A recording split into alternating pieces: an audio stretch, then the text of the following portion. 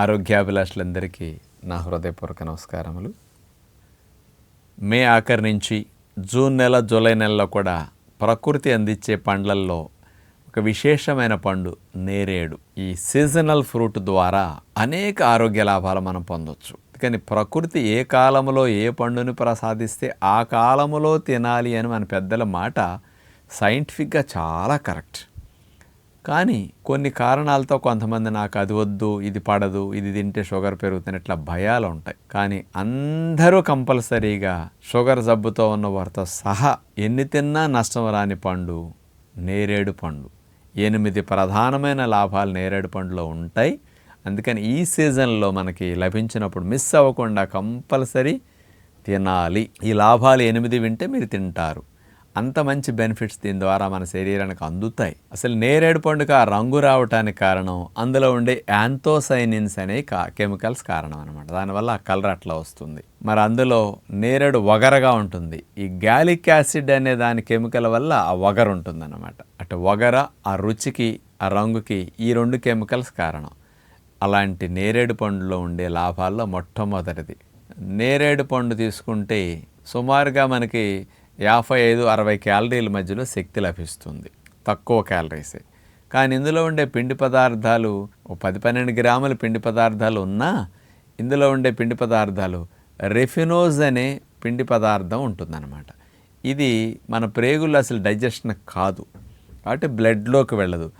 ఈ నేరేడు పండు తింటే షుగర్ అసలు 1% కూడా పెరగదనమాట. అంటే తింటానికి కడుపు నిండుతుంది కానీ అన్ని పళ్ళు తింటే, కానీ ఏమాత్రం రక్తం లోపలికి పిండి పదార్థాల రూపంలో చక్కెర అసలు చేరదు. ఇది డైజెషన్ కాని పిండి పదార్థం రెఫినోజ్ రూపంలో ఉంటుందన్నమాట.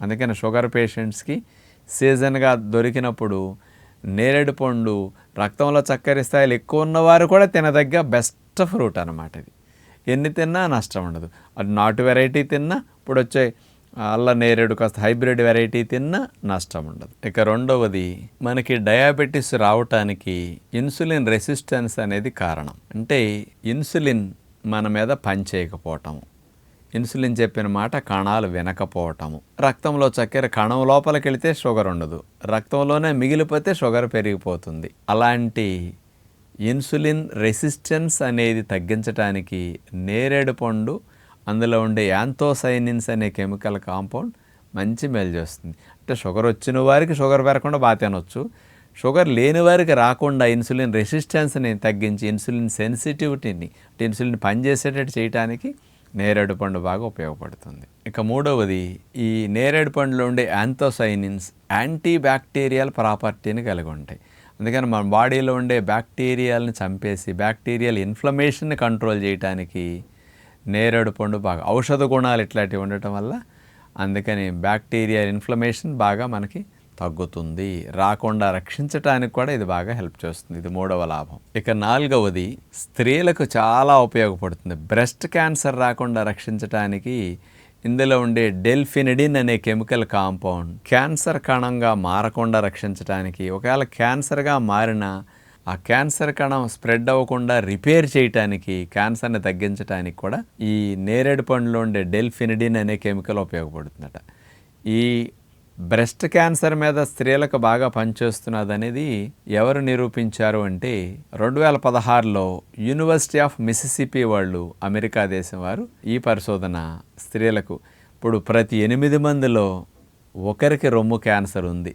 2026లో ICMR వారు ఇట్లా రిలీజ్ చేసిన డేటాలో ఉందన్నమాట.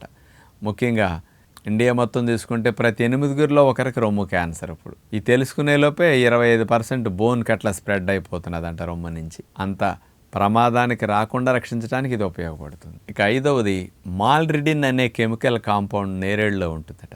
ఇది బీపీని పెరగకుండా రక్తనాళాలను స్మూత్గా సాగే గుణం కలిగేటట్టు చేయడానికి ఉపయోగపడుతుందని, ఇది కూడా 2012లో అమెరికా వారే నేరేడు పండుగ బీపీకి ఉన్న సంబంధాన్ని వాళ్ళు ఎక్స్ప్లెయిన్ చేశారు. ఆరవది, నేరేడులో ఉండే సైనడిన్ డైగ్లైకోసైడ్ అనే కెమికల్ కాంపౌండ్ DNA డ్యామేజ్ని కంట్రోల్ చేస్తుందట. మన వైరస్ బ్యాక్టీరియాలు ఇన్ఫెక్షన్ గురైనప్పుడు అవి మన డిఎన్ఏని డ్యామేజ్ చేస్తుంటాయి. డిఎన్ఏ డ్యామేజ్ అయినప్పుడు కణ విభజన అద్వాపు లేకుండా పెరిగిపోతుంది. మంచి కణం క్యాన్సర్ కణంగా కూడా మారిపోతాయి.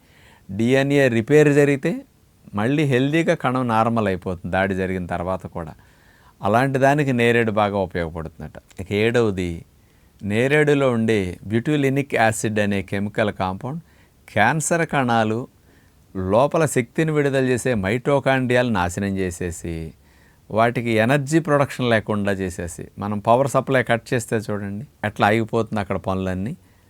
ఎనర్జీ ప్రొడక్షన్ క్యాన్సర్ కణాలు ఆపేసి వాటంతట అవే చనిపోయేటట్టు ఎపెప్టోసిస్ అనే ప్రక్రియను యాక్టివేట్ చేసి క్యాన్సర్ కణాలు ఆత్మహత్య చేసుకుని చనిపోయేటట్టు ప్రేరణ కలిగించే కెమికల్ కాంపౌండ్ ఇలా పనిచేస్తుంది అనేది నేరేడు వల్ల ఈ లాభాన్ని క్యాన్సర్ కణాలకు ఇవ్వడం జరిగిందన్నమాట. ఇక చివరిగా 8వ లాభం, నేరేడులో ఉండే gallic acid, ellagic acid, routine, దీంతోపాటు క్వర్సటిన్, ఈ 4 కెమికల్స్ ఎక్కువ ఉండటం వల్ల లోపల ట్రైగ్లిజరైడ్స్, కొలెస్ట్రాల్ లాంటివి పెరగకుండా కంట్రోల్ చేయటానికి బాగా హెల్ప్ చేస్తుంటాయట. కాబట్టి ఇలాంటి 8 లాభాలు నేరేడు పండు వల్ల వచ్చే అవకాశం ఉంది. అందుకని ప్రకృతి ప్రసాదించిన పండ్ల వల్ల మనం ఎన్ని లాభాలు పొందొచ్చు. అదే మనిషి తయారు చేసుకున్న ఆహారాల వల్ల చూడండి అన్ని లాభాలే, నష్టం ఒకటి ఉండదు. కాబట్టి మనిషి చేసిన దానికి ఈ రోగాలన్నీ పెరుగుతున్నాయి. ప్రకృతి మాత చేసిన వాటికి ఆరోగ్యం ప్రసాదిస్తుంది. కాబట్టి అలాంటి ఆరోగ్యాన్ని ఇచ్చే పండ్లను మనం ప్రసాదంగా వాటిని సీజనల్గా దొరికిన వాటిని ఇట్లా సేవిస్తూ ఆరోగ్యాన్ని పెంపొందించుకునే ప్రయత్నం చేస్తే మంచిదని, మీ పిల్లలకి ఇలాంటి ఆహారాలు ఎక్కువ ఇంట్లో కనపడేటట్టు ఎక్కువ తినిపించేటట్టు అలవాటు చేస్తే భవిష్యత్తులో మనలాగా దీర్ఘ రోగాలు పిల్లలకు రాకుండా రక్షించుకోవడానికి అవకాశం ఉంటుందని విజ్ఞప్తి చేస్తూ నమస్కారం.